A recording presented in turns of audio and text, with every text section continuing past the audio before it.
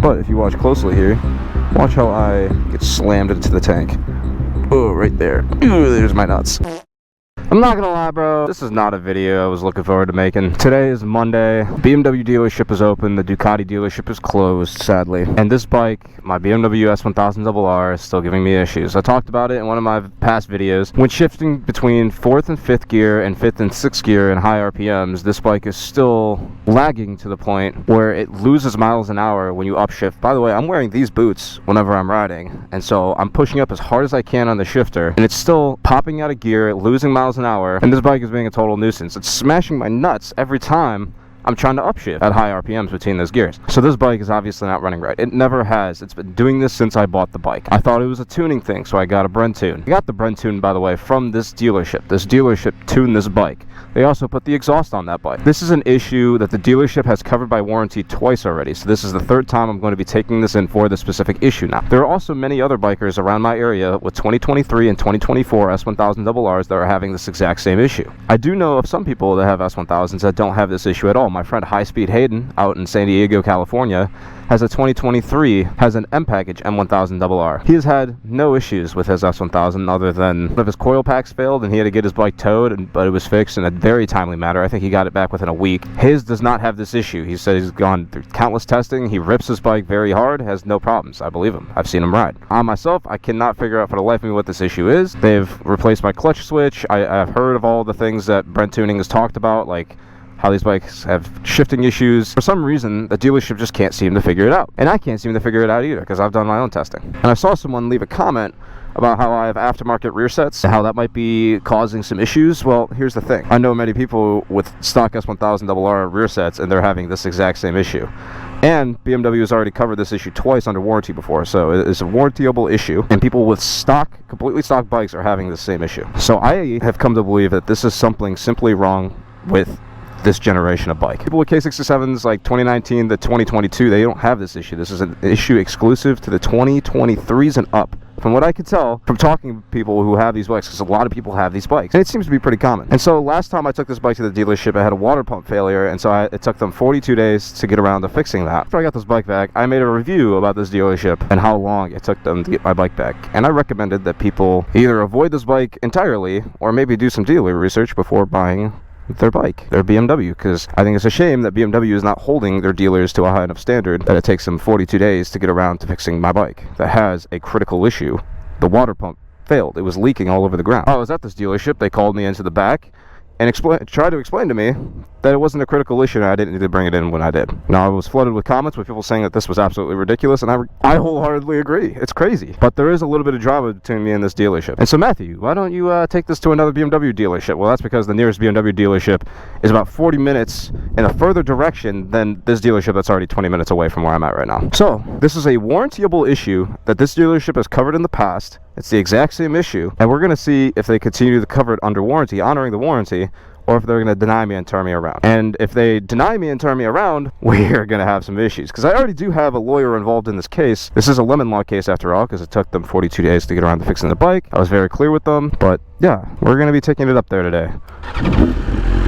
I'm very curious what their answer to me is going to be. I really hope you guys have been enjoying this S1000 escapade, I guess you could call it, because I'm not. I really don't like starting beef with people, let alone whole entire companies, but when I buy a product, I want it to work, and I never thought, I mean, I've gone through so many motorcycles, many of them used, and so I've never had the right to like complain about anything, but this was bought brand new, dude. I think if I buy a brand new motorcycle for 25 grand out the door, I think I absolutely deserve some sort of right to have it repaired. You guys got to understand how warranty works here, because when you buy a brand new motorcycle brand new, it costs a lot of money. Some things are not warrantyable, like the front fork seals, like if those get blown out because you're doing too many wheelies, those will not be covered by warranty. I ride this bike very hard, yes, but nothing outside of what the capacity it should be riding it. It's a race bike, and so it's gonna be ridden like a race bike. I'm not over revving it, I'm not Brazilian rev bombing it, no, I'm riding it with respect, just like all my bikes. And this thing's just, unfortunately, has been one thing after another.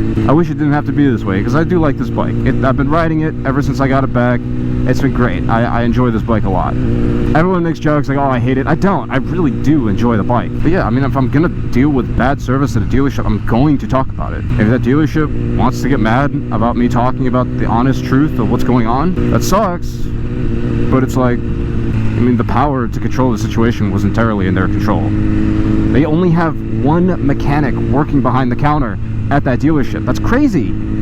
It's Zach, the guy who works at that dealership who fixes these bikes. The only, as far as I'm aware, he's the only BMW certified mechanic who works at that dealership.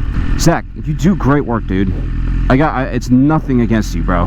I saw him comment something. I think it was him. I'm not entirely sure. But someone commented saying that they claim to be Zach and that they feel bad because they can't make everybody happy. And it's like, bro, no, please. You do great work, bro. You get called the master mechanic on other people's channels for a reason, dog. But the fact of the matter is, whoever's running that dealership, I don't know who it is, but they only got one person, and that's you working behind the counter at that dealership. That's ridiculous. I see how many bikes you guys got back there. You should not be tackling all those jobs by yourself. And it's been like this for as far as every time I've ever gone there, Zach's been the only one working on BMWs there. They have a lot of other people there who work on the Hondas because they're also a Honda dealership. They've been there. This dealership's been there forever.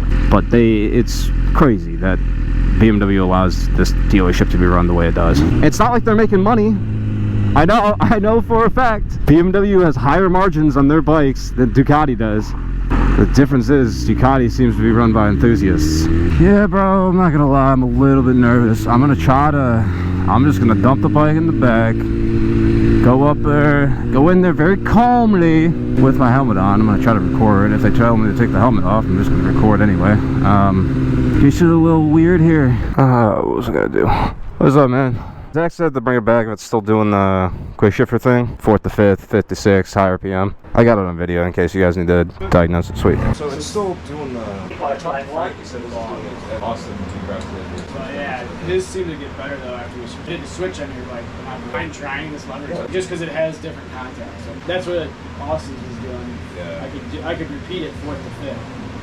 Until I take the switch off. Alright, boys, we got it back same day. I definitely did not expect that. I was expecting to have to Uber and go grab my V4. But yeah, they gave me this broken lever. He said this lever seems to have a better switch actuator or whatever, a little doohickey on there. That works a lot better than the stock one. Yeah, that's the point, is it works better than the stock, and that's all we're looking for here. And so we're going to be riding this tonight, seeing if we can get it to do that. If it's going to continue to give me the same issue, actually, we're going to go test it right now. We're going to go test it right now, even though I need water. Oh my god. But yeah, I talked to Zach. I was like, hey bro, like, the mechanic who works there, like, it's not your fault, dude. Like, it's just the fact that your dealer has you as your only BMW tech back there, and I'm sure I interrupted his workload so he could get to me, which is, again, not how it should be. I shouldn't get special treatment. You should just be able to fix your bikes in a timely manner by having more hired mechanics, you know? Like, come on, that poor guy, you know? Yeah, boys, I just got off the highway and it's still kind of doing it. I'm gonna have to review the footage to see if it's still losing miles an hour like it was before.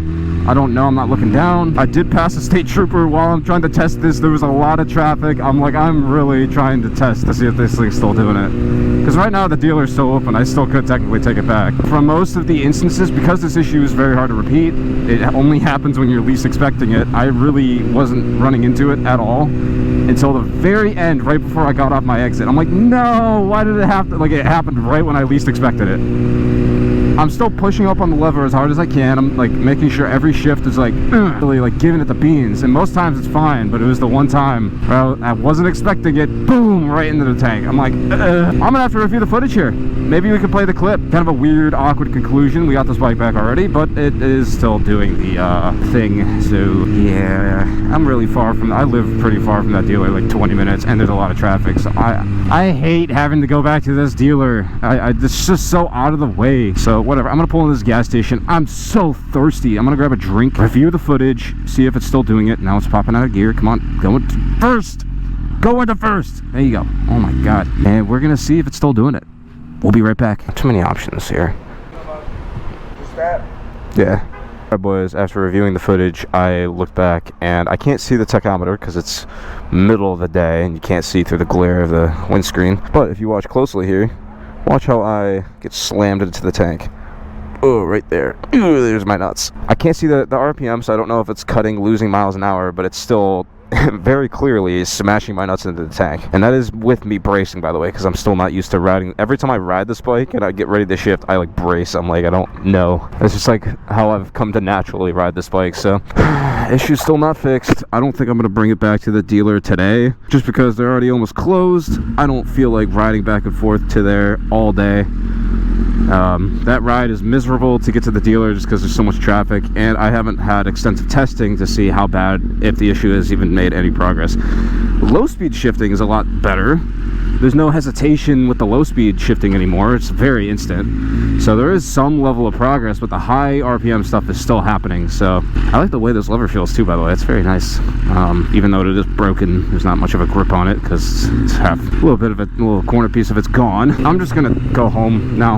I'm just gonna, I mean, there wasn't really an issue with low speed shifting before, so this isn't much of a difference, but it's still just annoying. Probably gonna go home now, get ready for the evening, because this was just supposed to be a short little ride. I was supposed to drop this bike off because I didn't think they would actually get to it today. Very cool if they did, but yeah, still looks like a very minuscule amount of progress was made, but it's still doing the same problem. But if this issue persists, I'm just going to bring it back Wednesday when the dealership is open again, and this will be the 4th time now that I'd be bringing this bike back for that issue, and it's still not fixed. Make sure you like the video if you think we'll ever get a conclusion to this S1000 escapades this summer. And with that, today's video is just about over. Hope you enjoyed, and I will see you guys in the next one.